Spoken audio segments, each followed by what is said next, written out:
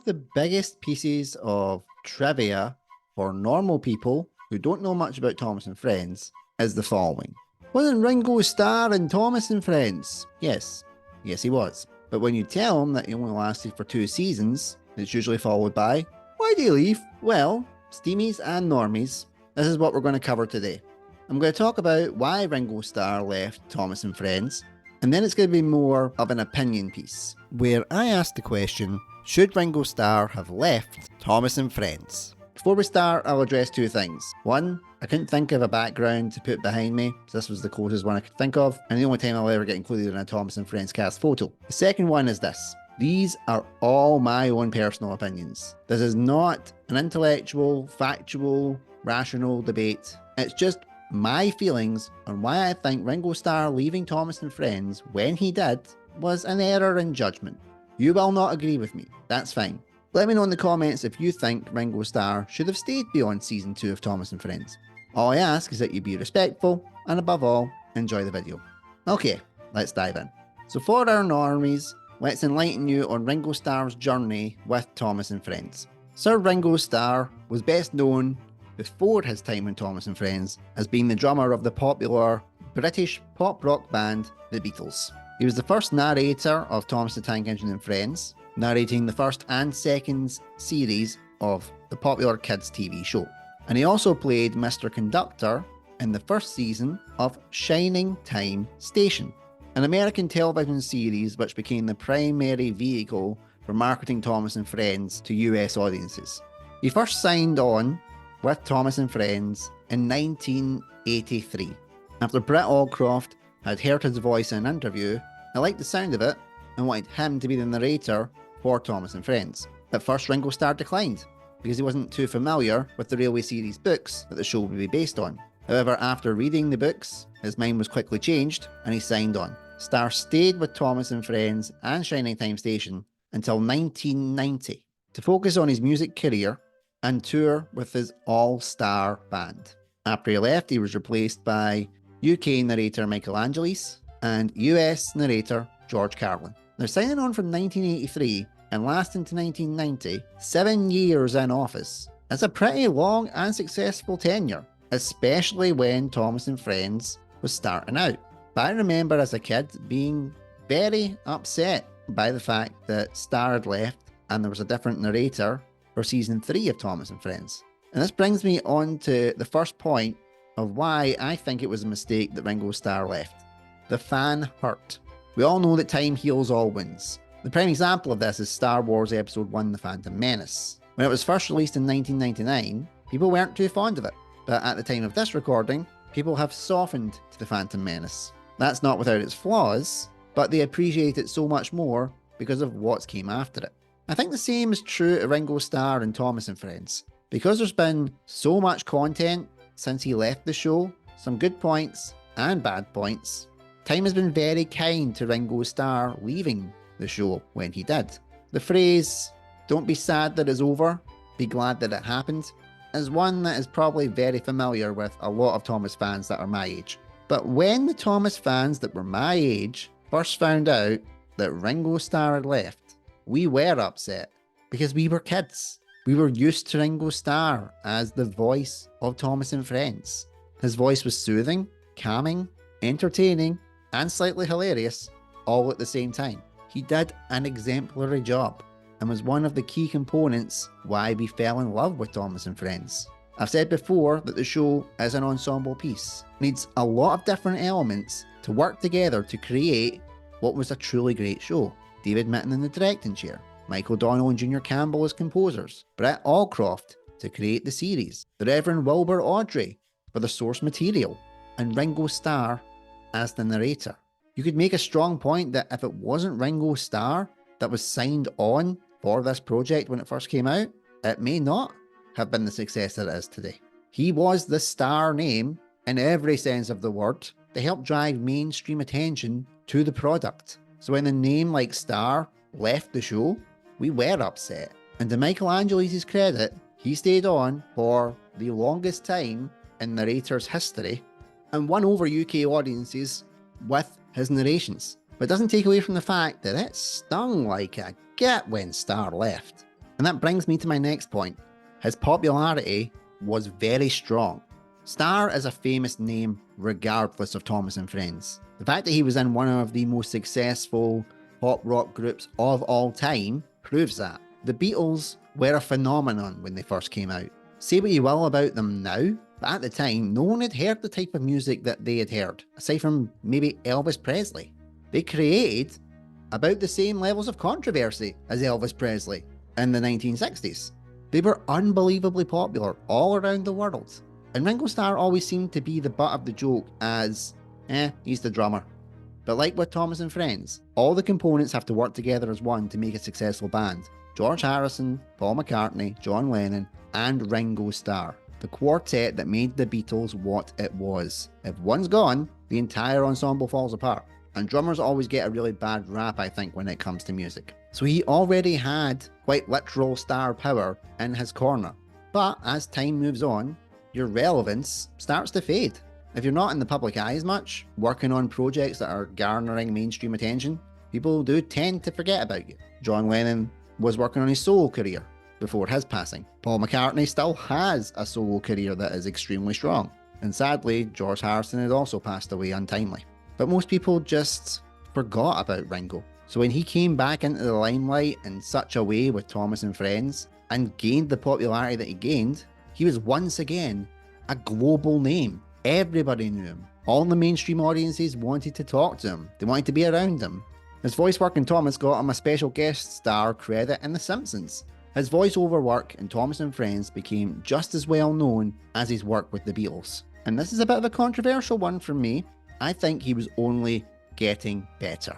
There is a marked improvement, in my opinion, from his narrations in season 1 to his narrations in season 2. Season 2 seemed like he felt more comfortable with the role. It felt like he was willing to take more risks, experiment with accents, experiment with different ways of narrating episodes. There was more vibrancy, more pep. He sounded like he was having a blast in the recording studios. It really felt like he'd finally found his rhythm after an up and down start to season 1. Because he was fantastic in season 1, but one of the criticisms levied on him is that he was very samey. His voice was quite monotone, and it didn't really seem like he was trying too much. The fact that he allegedly blasted the recordings in the equivalent of 6 hours might have something to do with it. There probably wasn't a lot of retakes, because he's a busy guy. He would have had a lot of projects going at the time. But when it came to the second season, it felt like there was more of an effort and more of a push from him to be better. It was peak Starr. And I felt that if he had stayed on for season 3, season 4, hell, even season 5, I think there would have been some great narrative voice work from Starr. Now, what we've got already from George Carlin, Michael Angelis, and Alec Baldwin, respectively, is solid work. They are great successors to Starr. But with me, it's always the what ifs. What if we had Starr for longer than we got him? And especially when he was only getting better. Would the classic series be even stronger than it was?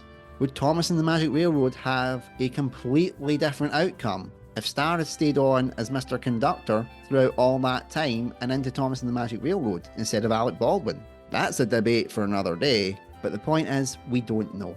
And there is some alternate reality out there where we have the answer to those questions. And a part of me kind of wishes I could see what that was like. But there's one thing that I don't see a lot of people comment on when it comes to Ringo Starr and Thomas and Friends. And that's that Thomas and Friends gave Ringo his career back. As I mentioned previously, Starr was always the Beatle that everybody just thought, wonder what happened to him, before his resurgence with Thomas and Friends. Everybody in the know at the time in the entertainment industry knew what he was up to. Michael Donnell and Junior Campbell shared the recording studio with him, so he was still doing his music. He was still working. He would still be as popular as he ever was in certain circles. But for mainstream audiences at the time, there wasn't as much of a public eye on him. Thomas and Friends brought that back in a monumental fashion, not just over in the UK, in international markets, specifically in America with Shining Time Station. If it wasn't for Thomas and Friends, would he have had the career resurgence that he has had since then? I personally think he still would have been very well known, because he's the drummer from the Beatles, but not with the same level of love and prominence and respect that he has among the Thomas fan community. Hell, Starr put out basically an ultimatum saying, never contact me again if it involves talking about the Beatles. He's not done that with Thomas and Friends, yet. But the show gave Starr as much, if not more, than what he brought to the table. I am not discrediting his 7 years of outstanding voiceover work, all the promotion that he done, all the interviews, which might not have necessarily been part and parcel of the job, but Starr excelled at them. But he put into Thomas, and Thomas gave him it back tenfold. To the point where if there's any leaks of him with photos from photo shoots back in the day, us fans jump on it and we roll around in that like the pig in the proverbial. So I think in terms of the scales, Starr still had more to give back to Thomas and Friends, in my humble opinion. Now, Starr left Thomas and Friends to carry on with his music career and his all-star band. Music's his love, music's his passion. I respect that more than anybody. But did it pay off? The obvious answer is it must have, because he got a knighthood for his services to music. But again, it only appeals to the demographic that knew him from his Beatles days. There is a long-standing joke that Starr wasn't that good of a musician. I don't believe that in the slightest. I have heard some of his all-star work. It's not something I go out of my way to listen to on a regular basis, but I enjoy it. And if I had the chance to, meet Ringo Starr and talk about his music that wasn't the Beatles, of course I'd want to talk to him about it. It's Ringo bloody Starr.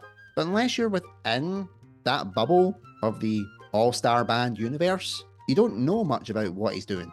Most people think that his career actually stopped with Thomas and Friends, to the point where normies have came up to me and said, how do you still like Thomas and Friends? That killed Ringo Starr's career.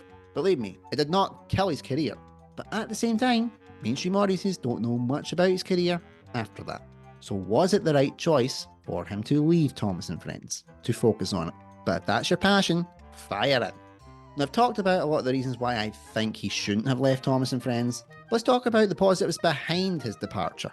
And the key one was the voice talent that preceded him. It wasn't as if Ringo Starr was the big name and all of a sudden no other big names were associated with Thomas and Friends. Watch my celebrities linked with Thomas and Friends video for proof of that. But in the immediate aftermath, the UK had Michael Angelis, who had an extensive resume in his filmography before he jumped onto Thomas and Friends. And in the US, you got the infamous stand-up comedian George Carlin, a fantastic comedian, a great social and political activist. And then after that, Alec Baldwin. And then if you want to jump further down the road, we got Pierce Brosnan, James frickin' Bond. Now, would we have got all these names if Starr had stayed on to say Thomas and the Magic Railroad? I don't think we would have, because I think the outcome of Magic Railroad still would have been the same outcome, no matter who was in that particular part. And maybe more big names would have been reluctant to sign on with Thomas and Friends, because I do believe Starr would have gotten better in his role. And then if he left, people would have been like, Starr's been the voice of Thomas and Friends since 1983.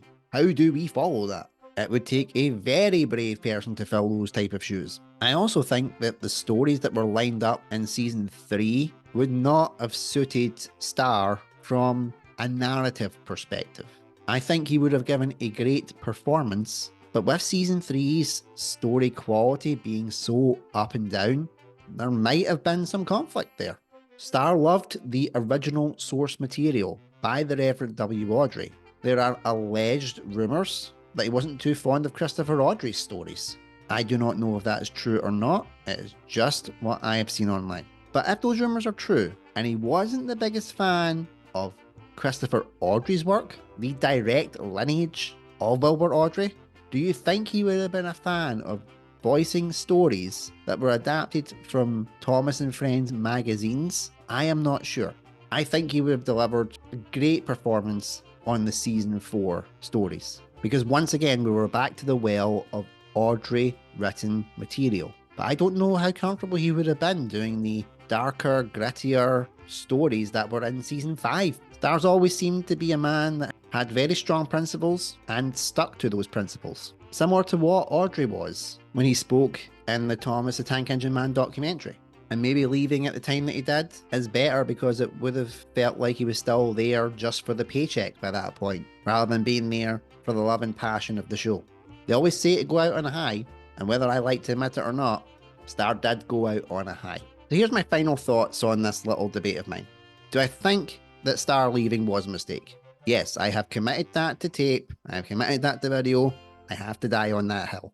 Do I think that there was more gas in the tank from Starr to deliver high quality performances for seasons 3, 4, and 5? You bet your ass I do.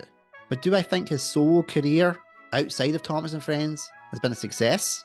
I do. You don't get a knighthood for nothing.